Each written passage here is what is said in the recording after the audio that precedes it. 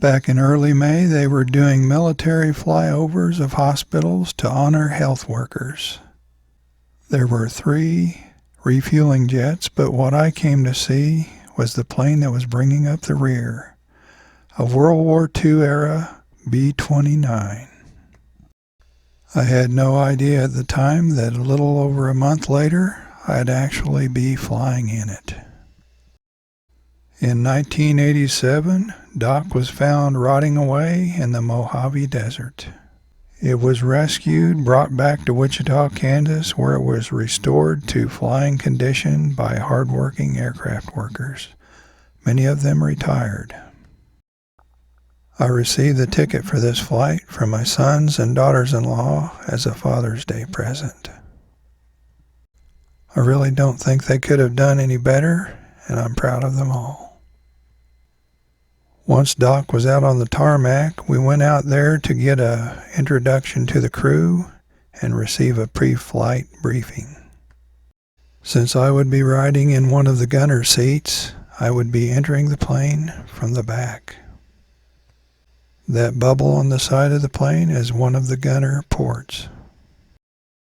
That tunnel you see is the only way to get to the front of the plane from the back, or vice versa, and yes, you would have to crawl. Just aft of the tunnel is the upper gunner's chair. He was in charge of coordinating the fire from the rest of the gunners. Then you have a viewing port on the left and one on the right. On our flight, members of the crew sat on the viewing port seats. From the upper gunner's seat, nicknamed the barber's chair, you had a 360 view. I'll quit talking for a bit so you can hear and see what it was like when the engine started.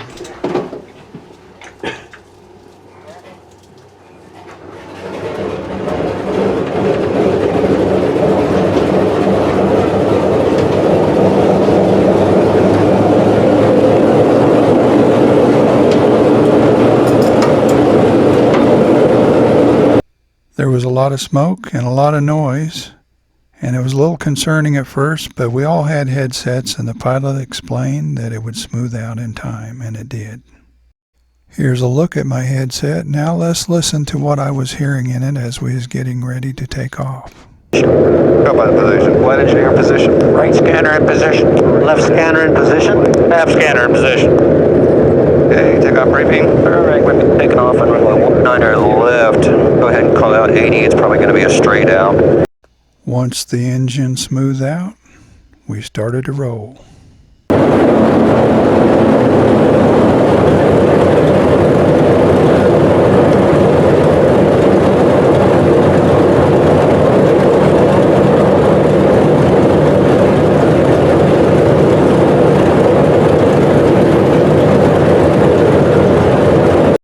Along with all the equipment that was used back in the 1940s, we also had some modern instruments like this monitor that allowed us to view the front of the plane and what the pilot and co-pilot saw.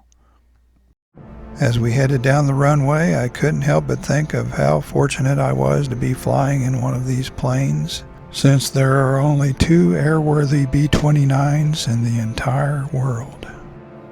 I also couldn't help but wonder what it was like for the crews that took off in these planes during World War II.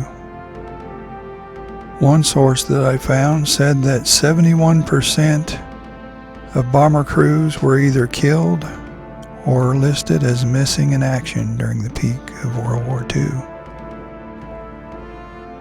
Once we were in the air, it was a lot calmer than when we were on the ground, and the flight was actually pretty smooth. I was excited to find out that once we got to altitude, we were allowed to get out of our seats and explore the plane. This is the view that I got while sitting in the left gunner's seat. One thing that I found fascinating was how sophisticated the guns were on this plane. Even though they were made back in the 1940s, all of the guns were computerized. They were also fired by remote control. After following an enemy aircraft for just a few seconds with one of the gunner sights, the computer would automatically adjust for the airspeed of the enemy aircraft, the B-29, and the distance. And if you were accidentally pointing at part of your own airplane when you were firing, the computer would automatically stop the gun from firing. Here's a look at the 360-degree view that the top gunner has. And it is pretty amazing. I took a turn in the left gunner, the right gunner, and the top gunner seats. Then I headed for the tail of the aircraft so I could see what the tail gunner saw.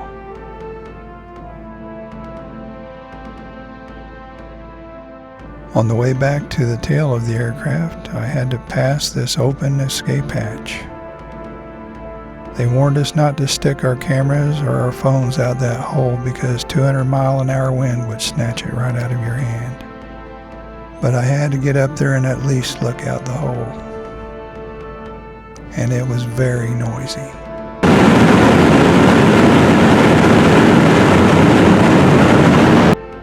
One of the other passengers was already back in the tail gunner spot, so I had to wait my turn.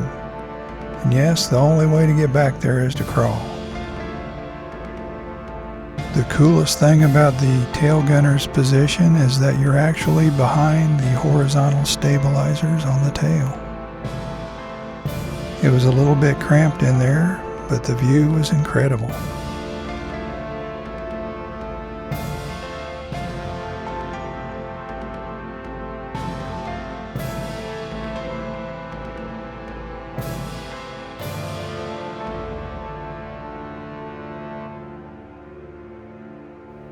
I took another turn in the right gunner seat, and this is the view I had out of that viewing port.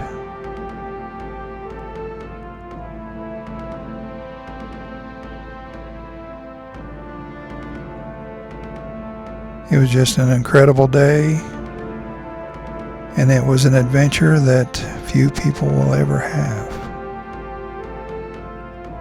While I'm thinking about it, if you've ever flown in any sort of a vintage airplane, tell us about it down in the comments. I'm sure other folks would like to hear about it too.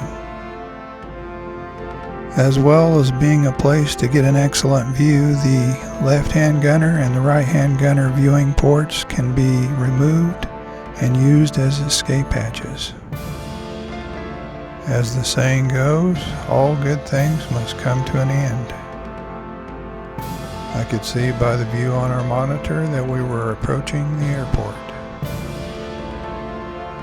Even though the landing gear was down and we were approaching the airport, the crew members still had their jobs to do.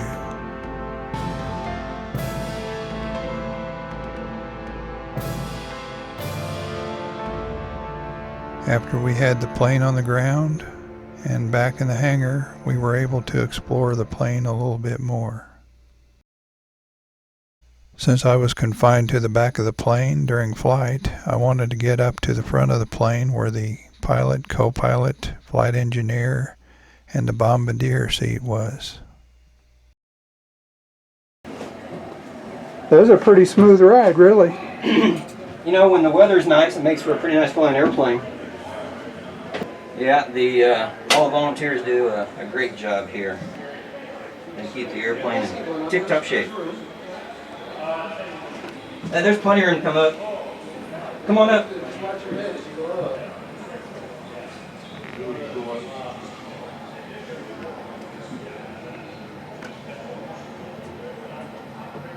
And there's a yellow handle. Once you get up here, you can grab onto. You already been that way. I thought I'd been there, and I didn't want to crawl through there. No? And that bomb bay is where the atom bomb was deployed. Yeah, the forward one, yep. So there's two bomb bays. So one on the front side of the wing and one on the back side. What does this say? So that's the flight engineer seat. So he was the one doing most of the talking on the radio about, you know, how to start the engines and all that. He does all that for us. We just tell him what power settings to go and where we're going.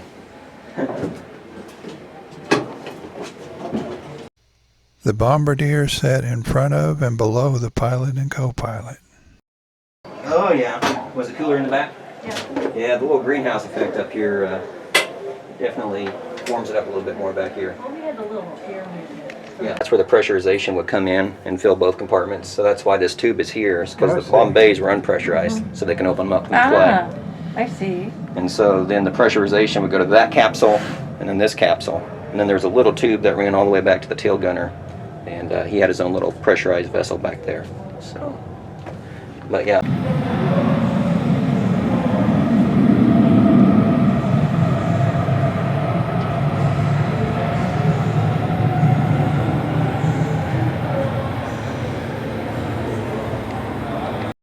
Upstairs inside the hangar, they have a small museum, and there are quite a few interesting objects up there. Parts of the plane and a little bit of information about the plane and where it was rescued from and things like that. This is a look at one of the gun turrets. Since Doc was used in training, it was never actually equipped with guns, so it never had these on board. The whole experience was one that I'll always remember. The upstairs part of the museum also gave me a chance to look at the plane from a different angle. It almost looks like it could have came from the factory yesterday. But this is what it looked like when they rescued it from the Mojave Desert back in 1987. It was a mess, as you can see. Here's a look at some of the tools of the trade for the people who built the airplane. Buck and bar, Cleco pliers, and rivet guns. I'm very familiar with those because I've used them myself. Let me know down in the comments if you enjoyed going on this flight in a B-29 with me. And I know this isn't about nature, but if you like nature and observing nature, please subscribe to this channel. We'll see you next time.